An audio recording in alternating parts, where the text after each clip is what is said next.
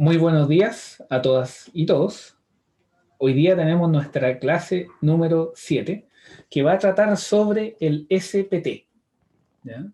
SPT, que quiere decir que es la sigla de lo que se conoce como el Standard Penetration Test o ensayo de penetración estándar. Vamos a cambiarnos de pantalla. Entonces, ¿de qué se trata este ensayo?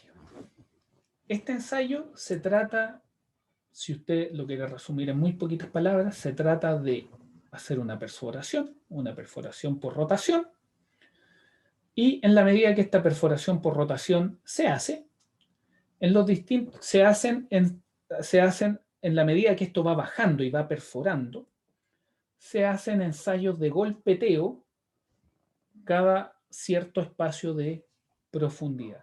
Generalmente esta profundidad es del orden de 1 metro. ¿Ya?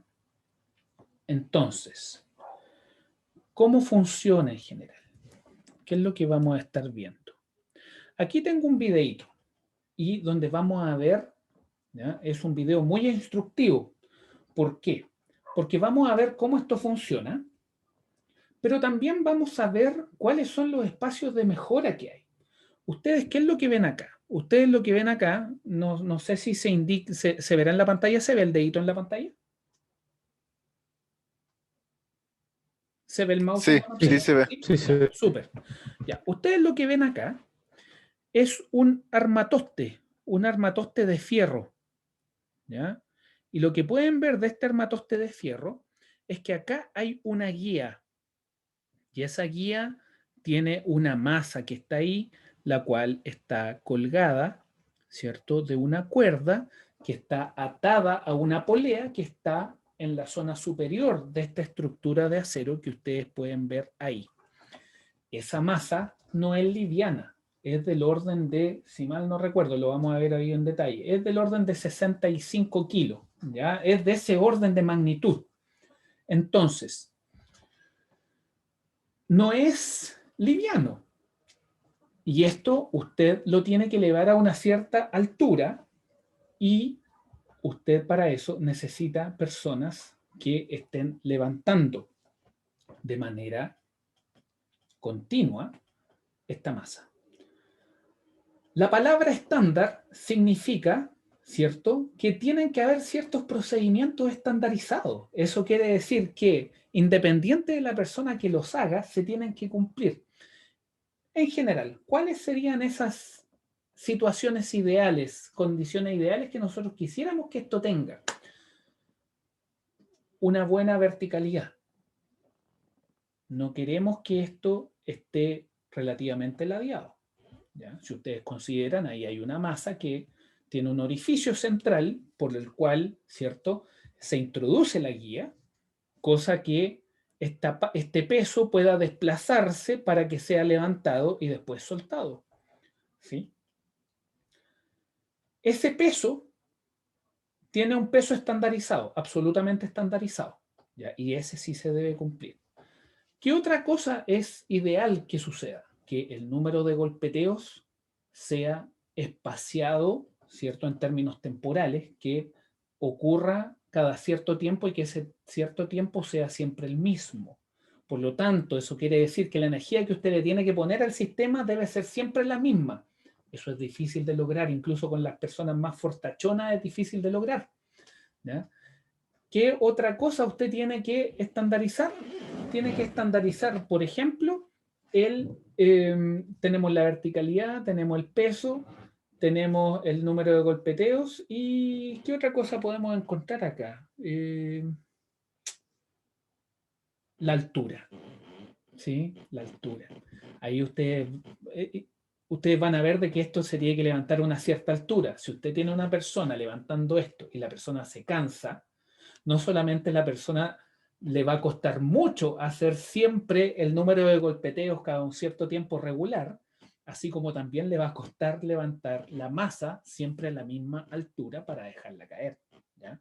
Entonces, perdón, no vimos el video. Entonces, ¿qué es lo que ¿Qué es lo que pasa acá? Este es un video muy corto de 34 segundos, pero es muy instructivo. Fíjense.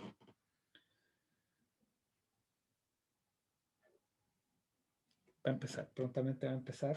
Ahí está. Fíjese. ¿Qué es lo primero que vemos que falla? Vemos que en el primer golpeteo ya falla de manera radical, ¿cierto? El tema de la verticalidad. Después,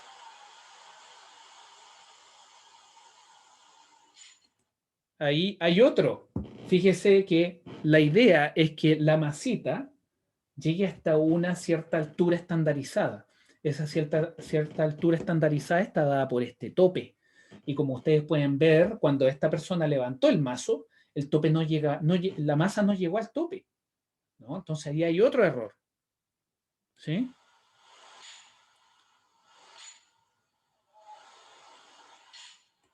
¿Qué falló nuevamente? Falló el time step, ¿cierto? La diferencia temporal que existe entre las caídas de estos, entre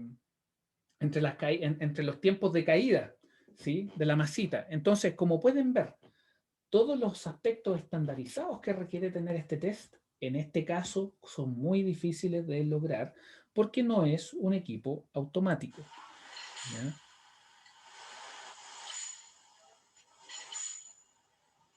Como ustedes pueden ver, en la medida que el ensayo se va desarrollando, la penetración que puede alcanzar esta guía puede llegar a ser significativa. Habían algunos cuantos centímetros de avance acá, ¿no?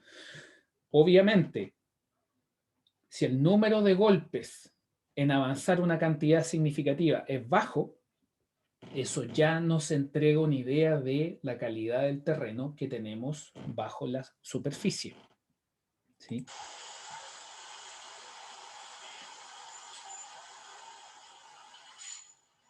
Ahí estaba un poquito más derecho, pero ya había un problema, ¿no?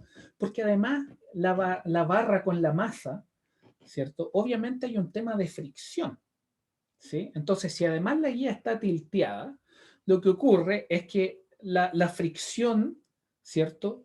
De la guía sobre la dona esta que tiene que caer, ¿sí? Es mucho más significativa, ¿no? Además, como que también hay un efecto gravitacional que influye en el golpeteo, ¿sí? Porque ya no es la gravedad vertical, sino que la gravedad es una componente de la gravedad la que va en esa dirección, ¿sí? Ahora, hoy en día, ¿sí? Así como se trabaja con equipos que están manualmente realizados, como el anterior que estábamos viendo, que es artesanal, que es un SPT artesanal, pero que fue el primer tipo de SPT que hubo hace ya, este equipo debe tener unos 90 años, cercano a los 100 años, ¿ya? Entonces, obviamente todas esas problemáticas que nosotros vimos que se veían en ese video pueden ser resueltas a través de equipos automatizados, ¿ya? Entonces, acá tenemos un sistema automatizado y como ustedes pueden ver, ¿sí? La situación es bastante diferente.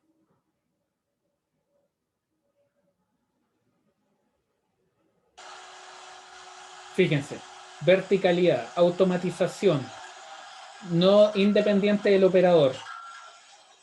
¿Me entiendes? O sea, usted puede controlar la energía, puede controlar el time step, puede controlar un montón de factores que le permiten hacer el ensayo de una mucho mejor calidad, ¿ya? Sumamente importante,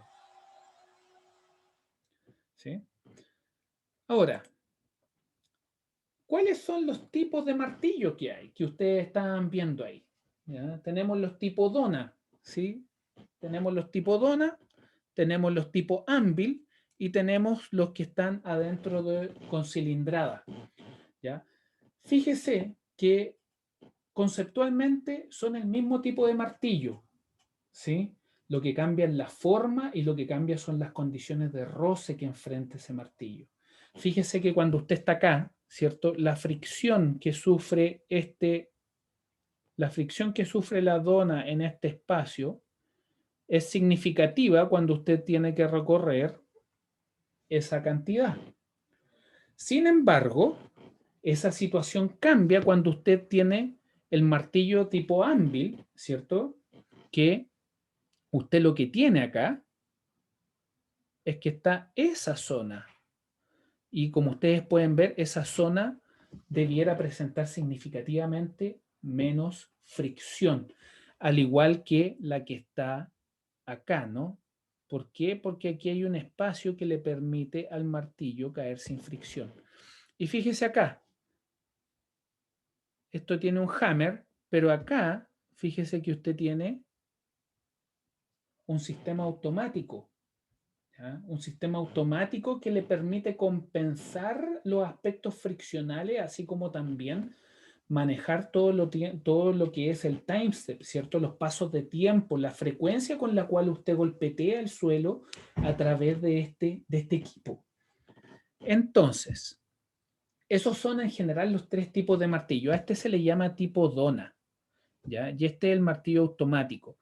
No me acuerdo específicamente cuál es el nombre de este sistema, ¿ya? Pero Anvil, si mal no recuerdo, es Yunque, ¿ya?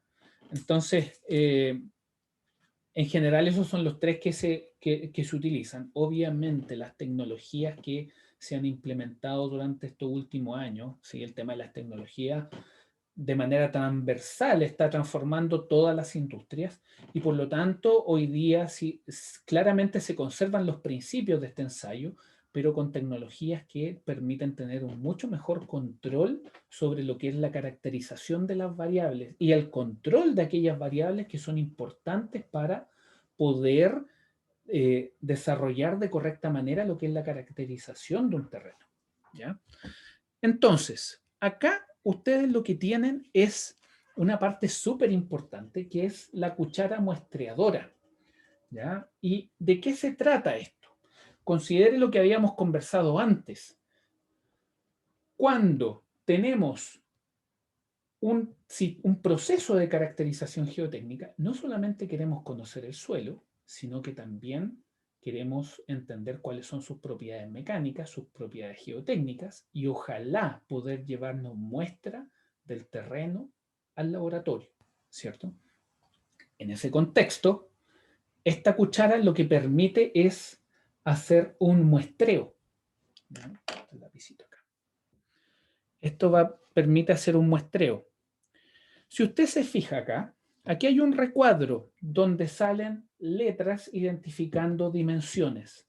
Esas son letras que están asociadas a cada una de las letras que están individualizadas acá en este gráfico, ya en esta figura, ya, que tienen todas las partes que están estandarizadas y que son vitales para el correcto desarrollo del ensayo, así como el muestreo del suelo. ¿Ya? Ahora bien, ¿qué es lo que, qué es lo que pasa acá? Aquí hay un detalle importante que no se ve muy bien en la figura, pero eso es porque es por la pequeñez de la figura, ¿no? O sea, perdón, por la pequeñez de la zona que es interesante. Y es que, fíjense que aquí hay una flechita. Esta flechita horizontal, ¿ya? Quiere decir que es por ese sector que por acá entra el suelo. Entonces, esta es la entrada del suelo al muestreador. Entrada del suelo al muestreador. ¿Ya? Entonces, ¿qué es lo que sucede? Está el terreno, ¿cierto? Y en la medida que el SPT, perdón, el sondaje va penetrando, ¿cierto? El suelo va entrando, ¿sí? Y acá fíjese en esto. Aquí en esta zona, si usted le hace un zoom a esa zona, usted lo que puede ver es que aquí aparece un pequeño quiebre, perdón. Un pequeño quiebre en donde ustedes ven que hay un leve ensanchamiento de ese sector. ¿Sí? Aquí se nota un poquito más, pero un leve ensanchamiento de ese sector. ¿Qué significa eso? Que al pasar de este sector donde el suelo está entrando a todo lo que es la zona, la cuchara, ¿sí? Lo que ocurre es que al haber un ensanchamiento del diámetro, lo que ocurre es que existe una relajación de tensiones. ¿Sí? Existe una relajación de tensiones, por lo tanto, la muestra se perturba. ¿Se perturba por qué? Porque aquí entra con un cierto confinamiento, ¿cierto? Sin embargo, al entrar acá, a esta zona del muestreador, el confinamiento cambia levemente, pero es un cambio que aún siendo leve, es lo suficiente para tener un efecto significativo en lo que es la calidad del muestreo del suelo. ¿Cómo se arregla eso? Eso se arregla con un elemento que en general se llama eh, se le llama liner, ¿ya? Se le llama liner. El liner una, es es una pieza de plástico. Es una pieza de plástico que tiene las dimensiones justas para entrar en este espacio, ¿cierto? Cosa que cuando la cuchara se abre, ¿sí? Usted saca el liner, ¿ya? Y del liner saca la muestra. Ahora, ¿qué es lo que ocurre? En general, el uso del liner es algo que depende mucho de la práctica, de los equipos que se utilicen, así como de la práctica de la empresa que haga el, el ejercicio, ¿cierto?, de rescatar muestras. En Chile, en general, el liner no se ocupa. El liner no se ocupa, por lo tanto, y es algo que usted tiene que preguntarle a la persona con la cual usted interactúa cuando quiere caracterizar el suelo, y esta persona está haciendo los SPT, usted les pregunta si ocupan liner o no. Probablemente esa respuesta es no. Y eso no tiene ningún problema. Simplemente lo que usted tiene que tener en consideración es que por la existencia o no existencia del liner, existe una perturbación asociada a la muestra, que eso le implica que usted tiene que tomar decisiones respecto al diseño, ¿cierto? Y respecto a algunos factores que vamos a empezar a ver con respecto al SPT, que usted los tiene que tener presente, porque si no, hay información que usted podría estar, o características que usted podría estar estimando o subestimando, ¿ya? Según el caso. Lo vamos a ver un poquito más en detalle, ¿ya? Bueno, ahí está el liner, ¿ya? Ahí está el liner, ¿sí? Sumamente importante. Entonces, nosotros estamos en el contexto de metodologías de perforación y ahora estamos en metodología de perforación y ensayo. Y en este contexto estamos con cuáles serían los métodos adecuados de perforación en el contexto de un ensayo SPT. Perforación por rotación, ¿ya? Barreno helicoidal continuo con eje hueco. ¿Cuáles son esos? ¿Se acuerda que el otro día cuando estábamos viendo las máquinas había una que giraba, ¿cierto? Hay algunas que giran, que tienen el interior de esa guía que gira, ¿cierto? El interior del sacacorcho que está hueco. Hay otras que son continuas. Entonces, ¿cuál es la diferencia? Que en el que tiene el interior hueco, el sacacorcho permite lo que es el rescate de muestra, ¿ya? El otro es lavado por perforación. Entonces usted tiene perforación por rotación, barreno helicoidal continuo con eje de hueco, lavado de perforación y barreno continuo de eje sólido, ¿ya? Sumamente importante. ¿Por qué? Porque estas son características con las cuales podemos perforar el terreno, ¿ya? El SPT, usted para generar el SPT lo que tiene que hacer es hacer avance con el método de perforación que usted tenga, usted saca, ¿cierto? Saca la guía y después usted mete en la perforación, mete el martillo, ¿ya? Mete el martillo y hace su ensayo, ¿ya? Entonces, es por eso que la otra vez, hace algunas semanas atrás, dentro del contexto de introducción, hablábamos del tema del SPT y cuántos tiempos esto toma desarrollar el SPT. Si usted considera los tiempos de perforación más el tiempo que toma sacar la guía, volver a meter el martillo, hacer el ensayo, ¿cierto? La instalación del equipo y todo eso, estamos pensando que un ensayo de SPT puede tomar varios días, ¿ya? En general, dependiendo del tipo de terreno, si alguien a usted le ofrece hacer un ensayo SPT en muy poco tiempo y usted entiende que el tipo de suelo que usted tiene ahí es delicado, ¿ya? Eso es un llamado de alerta para chequear cuáles son los procedimientos que se implementan en terreno. Es súper importante. ¿Por qué? Porque sería muy extraño que hubiera una empresa que sea capaz de perforar 30 metros en un día, por ejemplo. ¿Por qué ese valor de 30 metros? Recuerden que la norma no nos sugiere, la norma nos ordena, ¿ya? La norma nos ordena que cuando tenemos que hacer la caracterización sísmica, caracterización de un terreno, ¿cierto? Para lo que es diseño sísmico, necesitamos tener caracterizado tanto en BSUS como en periodo al menos los primeros 30 metros de suelo, y eso implica la realización de ensayos, ¿ya? Y también de perforaciones. Entonces, prácticas no adecuadas de perforación, sumamente importante, así como es importantísimo saber cuáles son las variables importantes en un SPT, cómo se practica el ensayo y cómo desarrollamos los datos que se obtienen de ese ensayo, es importante saber cuáles son las prácticas que no corresponden, ¿ya? Por ejemplo, inyección de fluido por muestreador de tubo abierto, luego del SPT cuando se está a la profundidad deseada, ¿ya? Usar lanza de agua para preparar y limpiar para la ejecución de un ensayo SPT. ¿Por qué? Porque cuando usted quiere hacer el SPT necesita que el suelo esté lo más no perturbado posible, ¿ya? Porque ya el SPT es un ensayo perturbador, ¿ya? Sin embargo, al iniciar el ensayo, al iniciar la instalación del equipo, usted quiere perturbar lo menos posible lo que usted va a ejecutar, ¿ya? Entubado revestimiento no debe avanzar bajo punto de inicio del ensayo SPT. ¿Por qué? Por lo mismo, porque si no, si usted remoldea el suelo, usted llega a una profundidad, ¿ya? Y usted saca la guía y usted procede a hacer su ensayo.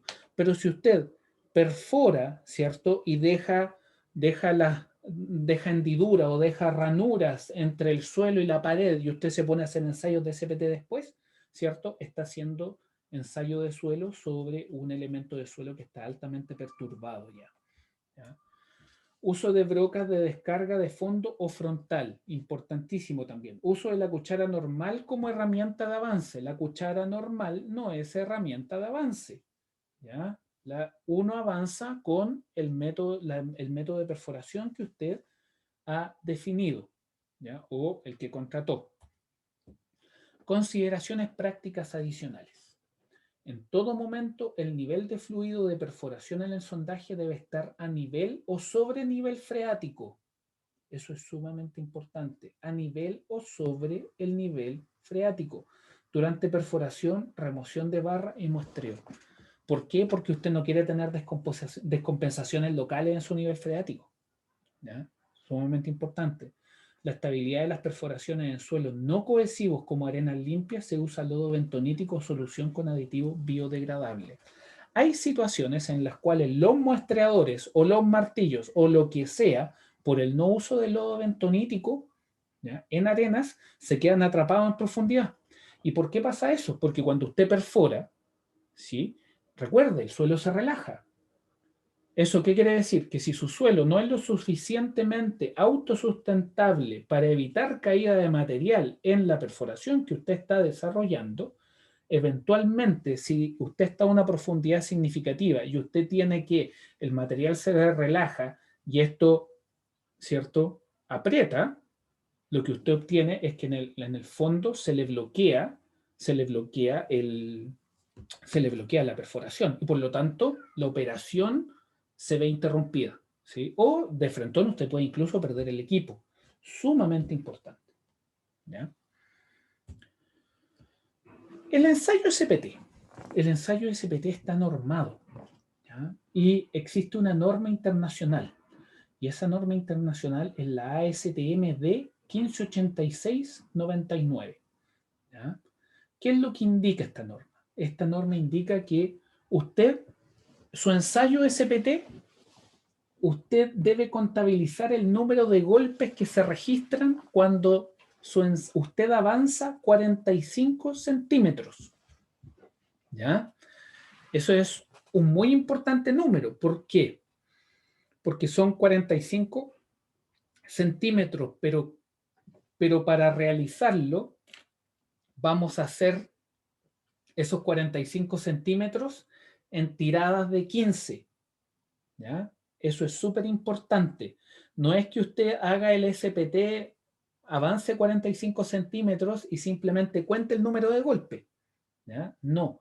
Usted lo que hace es que hace 15 primeros, 15 segundos, 15 terceros. Y por cada serie usted graba, ¿ya? Graba o registra el número de golpes que usted tiene para esos 15 centímetros de avance de cada una de las tiradas de la serie de ensayo SPT que usted hizo. No hace más, no hace menos. ¿Ya? Sumamente importante. Entonces, se contabiliza el número de golpes de 45 centímetros de avance. El resultado considera el número de golpes en los últimos 30 centímetros. Ahí aparece otro número, los 30 centímetros. Y usted dirá, pero ¿por qué avanzamos? Tenemos que avanzar 45 y nos quedamos con los últimos 30 solamente. Ojo, esa palabra es clave, los últimos 30. Usted no elige los primeros 30, y tiene que elegir los últimos 30. ¿Ya? Y eso es súper importante. ¿Por qué? Considere lo que estamos conversando. Permiso, voy a tomar un poquito de agua.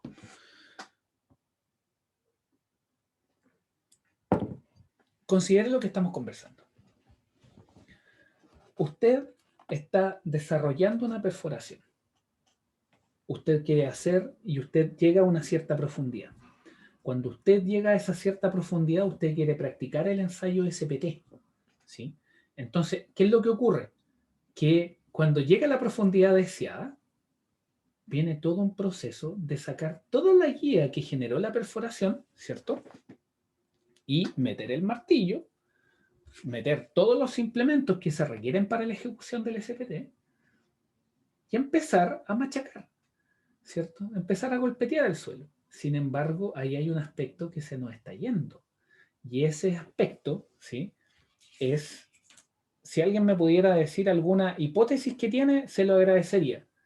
La voy a mencionar igual por ahora. Pero es el tema de la instalación, ¿cierto? Usted lo que hace es que saca toda la guía de perforación y usted después tiene que hacer el ensayo. Entonces, ¿qué es lo que pasa? Cuando usted mete el martillo, mete todos los implementos en la perforación para empezar a hacer su SPT, usted, ¿qué es lo que está haciendo arriba con las máquinas? Usted lo que está haciendo es que está ajustando, ¿cierto? Está ajustando con la llave, está ensamblando los equipos, ¿cierto? Tiene que poner el martillo, tiene que hacer una serie de ajustes. Todo eso con el equipo ya insertado en profundidad. Entonces, ¿qué es lo que ocurre? Obviamente, cuando usted recién va a iniciar el ensayo, el proceso de instalación antes de empezar los golpeteos lo que tiene es que ahí se genera mucha perturbación en todo lo que es la instalación, todo lo que es el ensamblaje de la máquina, el equipo. Entonces, ¿qué es lo que requiere hacer usted? Obviamente, esto ya para nosotros necesitamos avanzar 45 centímetros. Sí, perfecto. Pero los primeros 15 tienen un efecto producto de, o sea, los primeros 15 golpes, ¿ya? Están perturbados, están modificados, si gusta llamarlo de otra manera, por el efecto del eventual remoldeo que se genera en la instalación del equipo y el ensamblaje de las partes. Entonces, ¿qué es lo que ocurre? Usted pega los 15 centímetros e ignora los primeros 15 centímetros. Avanza los siguientes 15, avanza los siguientes 15, ¿cierto? Entonces, por los segundos 15 centímetros que usted tiene, usted registra su número de golpes, por los terceros 15 centímetros usted registra su número de golpes, y usted va a tener, en ese contexto va a tener tres números. El N1, súper importante que tengamos eso claro, porque tiene el N1, que es donde se avanzan 15 centímetros.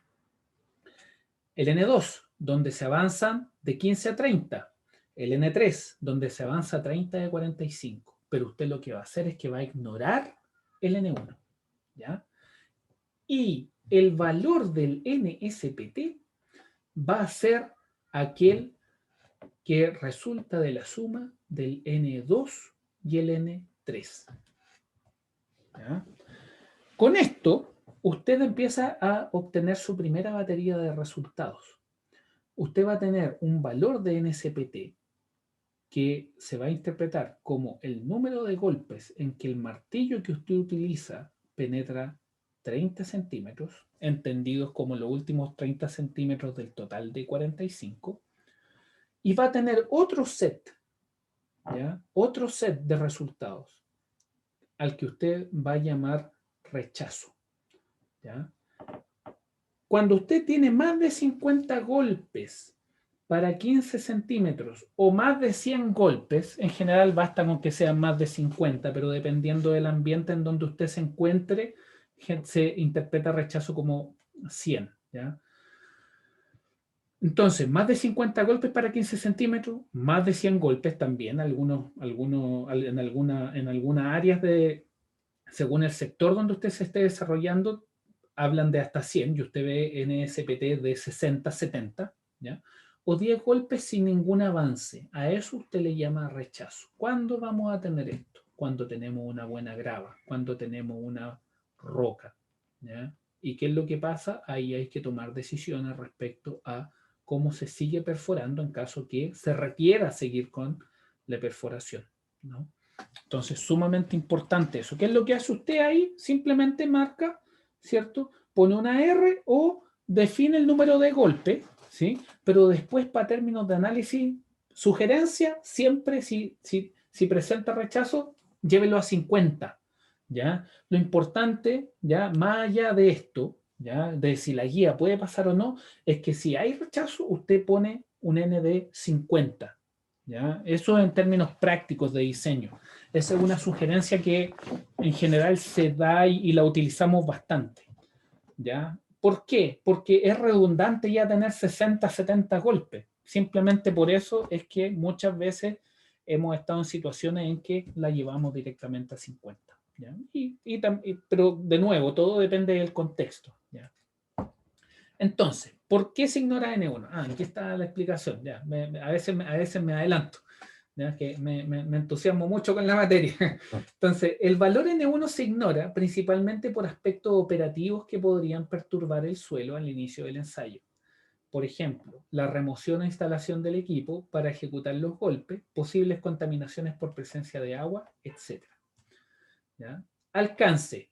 Y este sí es súper importante porque estoy aquí ya, ahora, ya que tenemos el contexto de los resultados, vamos a pasar al contexto de análisis de los resultados.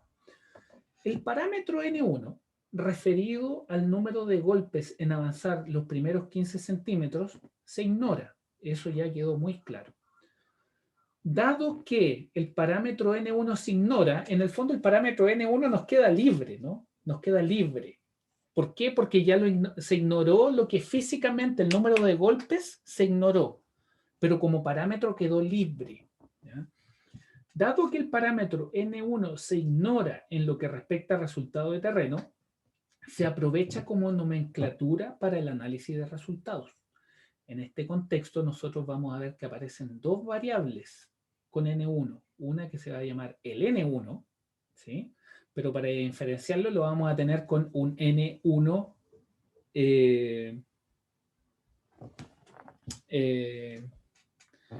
bueno, N1 ahí pequeñito, ¿ya? O bien el N1 60. Tienen diferentes interpretaciones, tienen diferentes explicaciones, ¿ya? Pero eso vamos a verlo prontamente ya en lo que refiere a diseño. Entonces, el N1 asociado al número de golpes lo vamos a ignorar. Y lo que vamos a hacer es que vamos a reciclar el concepto N1 y vamos a tener un concepto de N1 que va a estar asociado principalmente a lo que es confinamiento y vamos a tener un N160 que va a estar principalmente asociado a lo que es confinamiento, pero el 60 le aporta un contexto de consideración de otras variables que son las que vamos a mencionar prontamente para lo que es el análisis de resultados. Esperen un segundito acá que tengo que hacer un ajuste con... Perdón. Hay algo que no logro. Tengo un poquito frenado esto. Ya.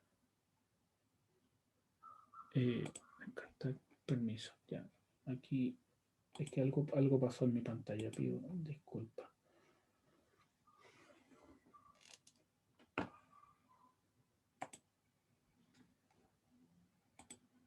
Ahí sí, ya.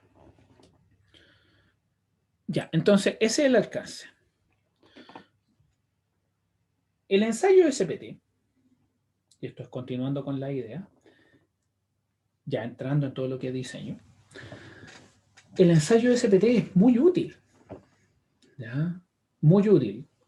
Le repito, con todos sus defectos y con todas sus bondades, es un ensayo que, quieras o no, es muy útil. A algunos les gusta más que a otros, sí, es verdad, pero no se puede negar de que para el diseño muchas veces, la mayoría de las veces entrega soluciones que son ingenierilmente coherentes.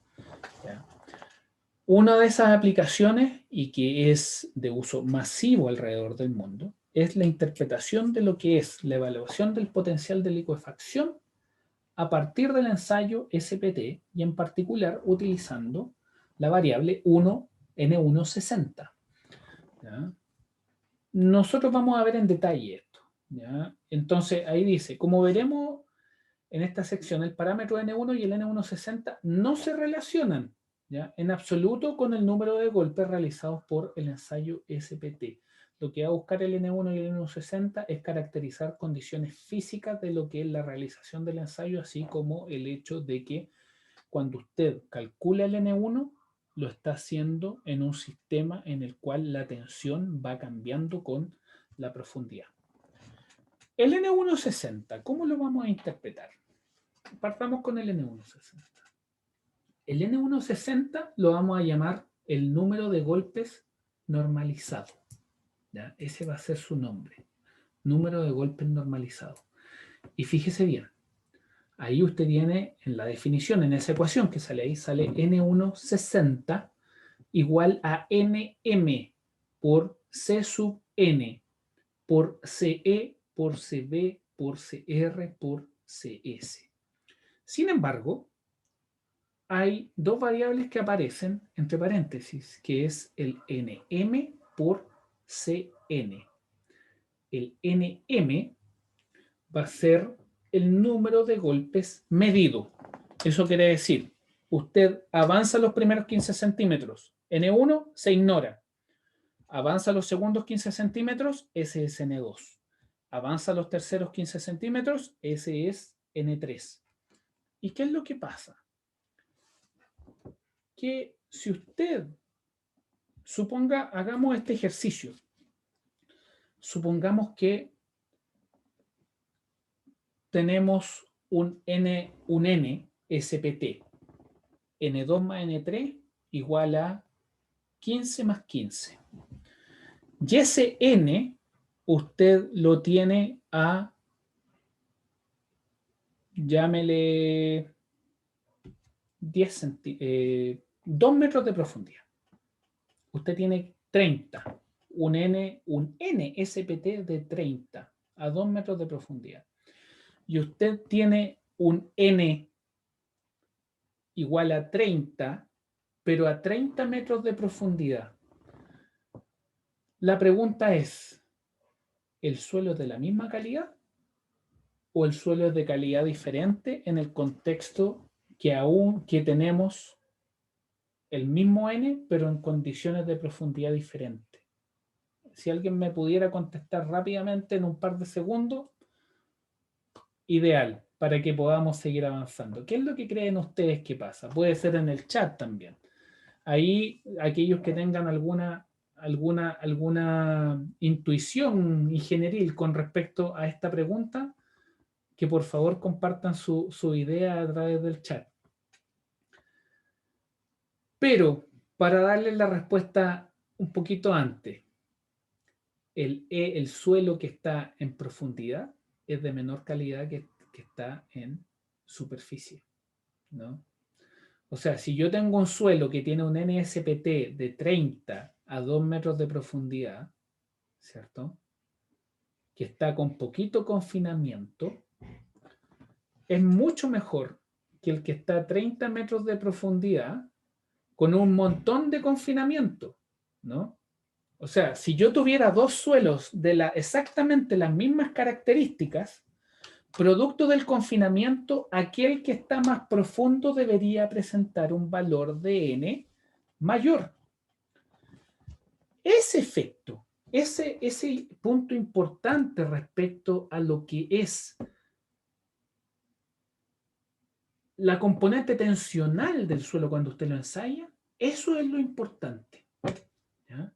Usted tiene, entonces, si usted se fija, ese Cn lo que hace ahí es corregir el n por el efecto del confinamiento. Lo que hace es reconocer que el suelo, en la medida que usted está más profundo, está más confinado. Por lo tanto, si usted tiene un número mayor de golpes en profundidad, efectivamente, la primera interpretación que uno tiene, solamente en base al número, es decir, el que está más profundo es mejor. No, porque resulta que hay un efecto de confinamiento. Si nosotros estamos a mayor confinamiento, estamos con mayor rigidez. Y por lo tanto, si estamos con mayor rigidez, lo que ocurre es que obviamente a la guía le cuesta, al martillo le cuesta más entrar.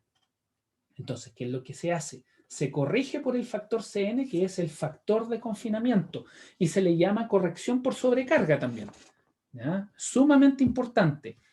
El Nm por el Cn, a eso se le va a llamar N1, ¿ya? Probablemente está definido un poquito más adelante. Sin embargo, aquí el N160, además de estar corregido por confinamiento, fíjese, está corregido por energía. Por supuesto, recuerde cuando vimos el tema de los martillos, las condiciones friccionales de cada tipo de martillo es muy diferente. Eso quiere decir que si las condiciones friccionales de los martillos, ¿sí? Y tome las otras consideraciones de ensayo que hay, obviamente existe una pérdida de energía, por lo tanto no da lo mismo hacer el NSPT con un tipo de martillo que el otro. Hay una consideración por energía y a eso se le llama corrección por energía, ¿sí? Ahí dice corrección por diámetro de perforación, por supuesto, porque hay diámetros, estuvimos viendo en la etapa de perforaciones, hay HQ3, HQ, ¿cierto? Hay diferentes diámetros de perforación y eso obviamente tiene un efecto en lo que es la resistencia que se aprecia a partir del NSPT, por lo tanto hay un C sub B que está condicionado por el diámetro de perforación. C sub R, corrección por largo de barra, por supuesto. ¿Por qué? Porque si usted hace un SPD a 5 metros, ¿cierto? Y está el martillo, ¿sí? ¿Qué es lo que pasa? Que obviamente hay toda una zona de interacción. Hay toda una zona de interacción en 5 metros que es diferente a tener una zona de interacción cuando el martillo está a 30 metros de profundidad pegando y tenemos todas las barras, ¿cierto? Las tenemos en esa longitud, ¿sí? Entonces, por largo de barra, cuando se refiere al largo de barra, se refiere no al largo de cada barra individual. Recuerde que las barras se van ensamblando y se van pegando. No, sino que en el fondo es corrección por largo de barra, es corrección, ¿cierto? Por la longitud. Es por la longitud de perforación, ¿ya? Y después ustedes tienen, fíjense cómo aquí aparece esto. Corrección por mestrador con liner y sin liner, ¿cierto? Habíamos conversado de la importancia del liner. Aquí en Chile, el liner en general no se ocupa, ¿ya? Yo diría que de todas las veces que he interactuado con el SPT, nunca me ha tocado estar en la situación de que la máquina tenía liner, ¿ya? Como las máquinas no tienen liner aquí en Chile, ¿sí? Eso quiere decir que eventualmente el suelo que estaba en el terreno es un poco más resistente que el suelo que entra al liner. Y eso se tiene que hacer una consideración por ese efecto. Recuerde que cuando entraba el liner, y no el liner no está, cuando entra ese espacio, existe una relajación del suelo. Entonces eso también es súper importante considerarlo, ¿ya? Entonces, corrección por muestrador con o sin liner, también importantísimo. ¿Por qué? Porque estamos hablando de correcciones que pueden llegar a corregir el N160 por hasta incluso el 20%. ¿Ya? Es súper importante. Estos factores tienen tienen un peso y una injerencia en los resultados tremenda. ¿Ya? Entonces, la consideración o no consideración de un factor, ¿ya?, va a tener implicancia directa en su diseño. ¿Ya? Considere la pregunta. Se reporta un número de golpes NM igual a 10, a 2 metros de profundidad. Intuitivamente, ¿cómo compara con un NM igual a 10 a 15 metros de profundidad en términos de resistencia? Es lo que estábamos conversando hace poquitos minutos para que lo tengan considerado. ¿Cómo vamos a trabajar lo que es la corrección de sobrecarga? ¿Ya? El CN es el factor que corrige por sobrecarga, ¿no?, que lo vimos en detalle y por qué se justifica. ¿Ya? Existen varias ecuaciones. Existe la ecuación de Liao y Whitman, existe la función de Ichihara, me parece que Kubrinovsky también tiene algunas funciones, pero acá están estas. Perdón. Puede que haya confundido los autores, pero aquí está Tokimatsu y Yoshimi, 1983. Está Skempton, 1986. Está Liao y Whitman, 1986. Y está la del workshop que se hizo el año 2000, del 2001, ¿sí?, que es esta que está acá. Entonces ustedes pueden ver diferentes ecuaciones y todas se comportan relativamente parecido. ¿En dónde difieren más? Difieren más, fíjense, difieren más en estas zonas. La vamos a recargar en verde. ¿Ya? Difieren más en esa zona. Hay algunas ecuaciones que en profundidad castigan más que otras, ¿ya? Sin embargo, todo eso depende del objetivo del diseño. ¿Cuándo ocupar una por sobre otra? Yo les puedo comentar qué es lo que pasa cuando hay licuefacción. En general, la licuefacción se genera, en términos prácticos, los primeros 25, a veces hasta los 30 metros. Pero siempre ha habido una discusión en torno a si la licuefacción se genera hasta los 20 metros, hasta los 30 metros. Hubo una época en que se pensaba que la licuefacción más allá de los 10 metros no sucedía. Eso hoy en día está totalmente obsoleto. Hoy día la licuefacción fácilmente se ha detectado hasta los 20 metros, incluso mayores profundidades. El punto es, ¿cómo utilizar el CN? Bueno, si ustedes se fijan, el CN tiene una implicancia directa. El CN, ¿cierto?, por este efecto que nosotros estábamos comentando, mientras más avance usted en profundidad, más castiga al NM. Entonces, ¿qué es lo que pasa? Que cuando usted no va a diseñar hasta 20 metros de profundidad o a 20, 25 metros de profundidad, ya es una profundidad significativamente mayor que la que es de interés para usted, no necesita utilizar una ecuación que lo castigue tanto como esta, por ejemplo, ¿no? Como esta que está ahí. Y usted puede ir con una que esté o bien en el medio o simplemente puede ir con una que esté por acá. Pero eso ya es criterio ingenieril y depende de cómo usted esté diseñando, ¿ya?, esté diseñando la infraestructura que vaya a estar involucrada en el terreno que está caracterizando. ¿Ya? Entonces eso es súper importante, ¿ya?, sumamente importante. Aquí ustedes tienen algunas otras ecuaciones que han sido estudiadas por varios autores, incluyendo un colega colombiano que tiene unas ecuaciones que la verdad es que andan bastante bien también. Obviamente aquí hay una dispersión, hay caracterizaciones diferentes, en fin. El punto es que esto son herramientas, ¿ya? Por ejemplo, algo que nosotros siempre hacemos, bueno, ya no lo hacemos tanto, lo tenemos todo automatizado, pero tener estas ecuaciones graficadas y entender cómo se comportan, a qué son más sensibles, cuándo son más sensibles. Son más sensibles a mediana profundidad en la superficie o en la parte más baja. Fíjese acá, si nosotros volvemos acá, fíjese, existen dispersiones, ¿no? Existen dispersiones. ¿Cuándo esa dispersión es significativa? ¿Ya? Importante. Acá, corrección por energía. Volvemos a la conversación que habíamos tenido al inicio de la sesión del día de hoy. Permiso. ¿No? Que lo que teníamos era que diferente tipo de martillo significa diferente tipo de roce. Diferente tipo de roce implica una condición energética diferente. Por lo tanto, ¿qué es lo que necesitamos hacer? Necesitamos corregir de manera sabia por energía. Hoy en día, ¿ya? Los equipos automatizados que existen permiten hacer mediciones de energía. Por lo tanto, si usted tiene acceso a ese equipo, corrija por la energía que corresponde. Aquí lo que estamos mostrando es que según el tipo de equipo están los factores tabulados. ¿Pero por qué están los factores tabulados? Los factores tabulados son un approach conservador, ¿cierto? Dentro de un contexto, de un sistema que puede variar de lugar en lugar donde hay disipación de energía, ¿no? O sea, no es lo mismo, usted puede tener dos máquinas SPT y que hagan exactamente el mismo trabajo, pero eso no quiere decir de que la energía que vayan a, la energía involucrada en el proceso sea exactamente la misma, ¿ya? No, eso no pasa, ¿ya? Entonces, hoy en día hay equipos que permiten medir la energía, por lo tanto, si usted tiene un equipo de eso o puede acceder a contratar un equipo de eso, maravilloso. ¿Por qué? Porque hay una variable que usted sabe con mayor precisión.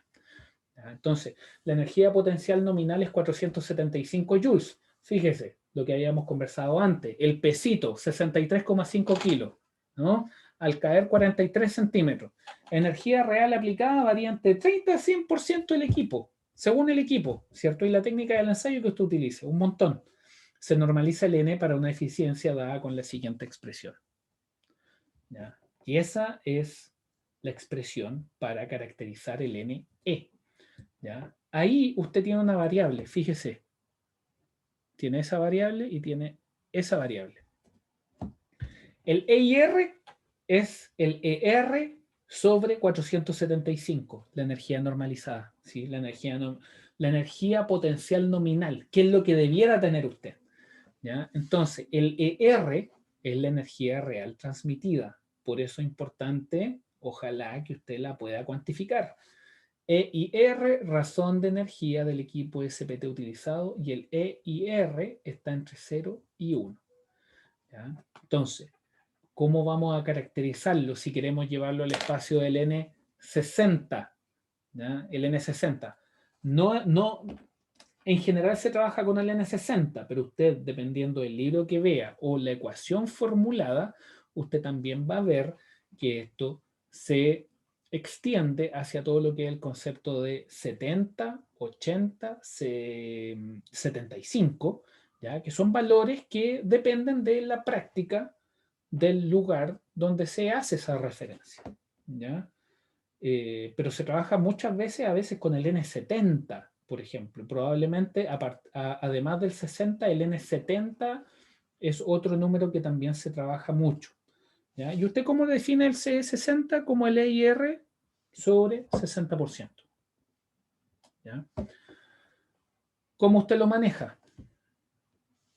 Usted tiene un cierto porcentaje ahí, ¿cierto? El porcentaje que usted, con el cual usted esté trabajando, ¿cierto? Ese número va ahí, y si usted quiere trabajarlo con 60, simplemente en el fondo lo que está haciendo es eso. ¿Ya? Ahí está explicitado. Esta es una diapositiva que busca el que, independiente del valor, si es 60, 70, 80, usted entienda qué es lo que hay detrás de este factor. ¿Ya? Ahí, corrección por energía, como les decía, hay valores tabulados. ¿Ya? Hay valores tabulados. Además de sobrecarga y energía, hay otros factores de corrección, que estos están tabulados principalmente. ¿Ya? Por diámetro de perforación, ya lo hemos conversado, está tabulado, ahí está, 1, 1,05, 1,15. Largo de barra, fíjese, menor a 3 metros, 3, 4 metros, 4, 6 metros, 6, 10 metros, 10 a 30 metros. ¿Ya? Considere que las barras se llevan en un camión. Entonces, si usted, y esto, ¿por qué se lo hago notar? Porque cuando usted corrija por largo de barra, esté haciendo la tarea, muchas veces le va en un enunciado, le puede aparecer, por ejemplo, el largo de las barras transportadas es de 3 metros. ¿Ya? Sin embargo, la profundidad a la cual se llegó es 30 metros y el SPT se hizo a 30 metros. ¿Ya? Considere que el largo de barra refiere principalmente al largo de profundidad. ¿Ya? Para eso, póngase en este caso y piense en el transporte para hacerlo efectivo. Si usted tiene una barra de 30 metros, no tiene cómo transportarla al terreno, ni siquiera le costaría un montón instalarla, necesitaría una grúa para poder instalarla. ¿Ya? Entonces, considere eso. ¿Por qué? Porque muchas veces existe confusión con respecto al término, con respecto al largo de barra, y que se confunde con el largo de barra, que efectivamente compone toda la barra del SPT. ¿Ya? Súper importante tener ese detalle en consideración. Y la metodología de muestreo, ¿sí? El CS. ¿Ya? Fíjese, cuchara estándar, 1. Cuchara sin liner, entre 1 y 1,3. ¿Ya? ¿Qué valor definir? Aquí en Chile se utiliza mucho el 1,2. ¿Ya? ¿Y por qué? Porque se asume que aquí en Chile no se trabaja con liner. Por lo tanto, el suelo al entrar en la cuchara se relaja y por lo tanto lo que entra en la cuchara es de menor calidad que lo que está alrededor de la cuchara, ¿no? Entonces, sumamente importante eso. Ahí está la explicación. Ya lo hemos trabajado, lo hemos conversado en extenso el día de hoy. Corrección por no uso de liner, ¿ya? Muchas veces se trabaja con el que está en medio, 1,2. Ahora, ese valor, la verdad es que está bien, 1,2 está bien. Dependiendo de cuál sea la certeza que usted tiene sobre cómo se realizó la campaña de CPT, utilizar 1,2 está impecable. ¿Ya? Sin embargo, si usted, por ejemplo, entra en archivos que son muy antiguos o no hay suficiente detalle para estimar qué es lo que pasa con el liner, ¿ya? Mucho mejor ir seguro e ir simplemente con uno. ¿Ya? Pero, eh, pero en términos prácticos, hoy en día ya ocupar 1,2, 1,15 son valores aceptados. ¿Ya? Pero siempre dentro del contexto que toda la información que se, que se traspasa del operador del SPT a usted como diseñador, ¿ya?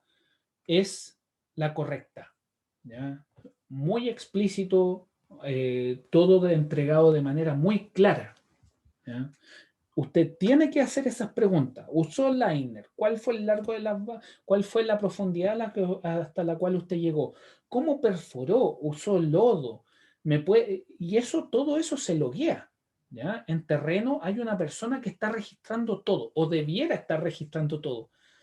¿Ya? Y esa persona, ¿sí? O ese papelito que se utiliza en terreno, bueno, computador hoy en día, ya ese registro debiera responder todas sus dudas respecto a la operación de la práctica del SPT en terreno. ¿Ya? Corrección por largo de barra. Ahí ustedes pueden ver esos valores, ¿sí? El ensayo CPT, ahí está el SN y ahí hay un resumen. Ahora, ¿por qué pongo este resumen? Porque estas son las principales correcciones. ¿Ya? Sobrecarga, energía, diámetro, muestreo, largo de barra. Sin embargo, existen otras. Existen otras. Mi sugerencia, ¿ya? Vaya con las primeras 5. ¿Ya? Las otras son muy particulares a los terrenos en que se han obtenido esas correlaciones. Implican un nivel de práctica y un nivel de seguridad en todas las variables que conciernen al equipo que usted utiliza, ¿ya? Y la ganancia, si ustedes se fijan, la ganancia no es tan significativa. ¿Ya? Entonces, mi sugerencia, quédese con estas 5. ¿Ya? Al menos en la medida que y evalúe otras, por supuesto, en la medida que adquiere la expertise de análisis, así como el, la experiencia tanto en terreno como en el análisis de los resultados. ¿Ya? Con esas 5 van a andar impecable. Aquí hay un resumen, otro resumen de otro equipo. Ensayo de penetración estándar, ¿sí? Simplemente para aunar todos los conceptos que se hablaron en esta sesión, NSPT, N2 más N3, el N60 es la corrección de energía por el NSPT y el N1 es el CN por el NSPT. ¿Ya? Y el N160 es la combinación de todo eso. ¿Ya? Me parece que este es un buen momento para parar, salvo que hayan preguntas, dudas, consultas con respecto a lo que estamos viendo hoy día. Me despido y nos vemos el próximo martes. Así que muchas gracias.